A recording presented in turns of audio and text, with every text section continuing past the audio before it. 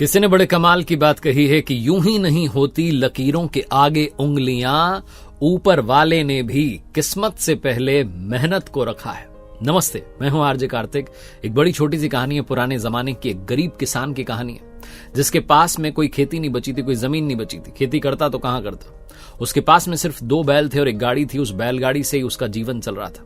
वो गांव वालों का सामान लेकर के शहर में जाता और गांव वालों को जो शहर से सामान मंगवाना होता था वो वापस गांव में लेकर आता। कुल मिलाकर के डिलीवरी का काम कर रहा था और ऐसी उसकी जिंदगी चल रही थी।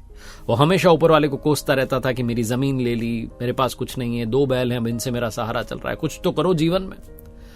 एक बार बरसात का समय था, मॉनसून का समय था, बारिश के दिन थे, तो शहर से जो गांव आने वाली सड़क थी उसमें कीचड़ भरा रहता था। जब वो शहर से सामान लेकर के वापस आ रहा था, उस दिन सामान भी ज्यादा था, उसकी बैलगाड़ी वहीं उस सड़क में फंस गई। और जब उसकी बैलगाड़ी उस सड़क में फंस गई, उसने अपने दोनों बैल को बड़ा जोर दिया, उनसे कहा कि निकलो बाहर, लेकिन वो बैल भी ताकत लगा करके उस गाड़ी को बाहर नहीं निकाल पाए। अब उस किसान का दिमाग पूरी तरीके से खराब हो गया। शाम होने को आई थी, सनसेट होने को आया था, रात होने वाली थी। उसे पता था अब तो कोई निकलेगा भी नहीं इस रास्ते से, और कोई निकलेगा नहीं तो ये गाड़ी बाहर कैसे निकलेगी। वहीं खेत में बैठ कर के पास में वो भगवान को कोसने लगा कि आपने मेरे पूरी जिंदगी में दुख दर्द और पीड़ा दी है, इसके अलावा कुछ नहीं दिया। अब ये बैलगाड़ी अगर गांव नहीं जाएगी, सामान गांव में समय पर नहीं पहुंचेगा, गांव वाले आज की मजदूरी नहीं देंगे, मेरा घर कैसे चलेगा।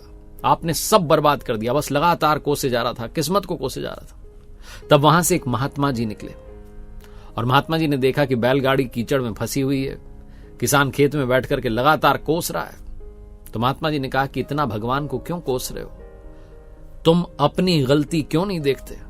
तो किसान ने कहा मेरी क्या गलती है, बैलगाड़ी फंस गई, कीचड़ हो रखा है, दोनों बैलों ने भी पूरी ताकत लगा ली, गाड़ी निकल ही नहीं पा रही है, अब आप बताओ आप कहां जा रहे हो। महात्मा जी ने कहा मैं तो गांव में जा रहा हूं। तो उस किसान ने कहा गांव वालों से कह देना कि आज बैलगाड़ी फंस गई है रास्ते में, इसलिए समय पर नहीं आ पाऊंगा, मुझे माफ कर दें। कल सुबह सुबह जैसे ही कुछ लोग यहां से निकलेंगे उनकी मदद से गाड़ी बाहर निकाल कर ले आऊंगा, सारा सामान। महात्मा जी हंसने लगे और कहने लगे कि यह सामान तो आज ही गांव में पहुंचेगा, लेकिन पहली बात तुम्हें वहां से खड़े होना होगा और यहां आना होगा, प्रयास करना होगा। उस किसान ने कहा कैसा प्रयास, दोनों बैलों ने ताकत लगा ली।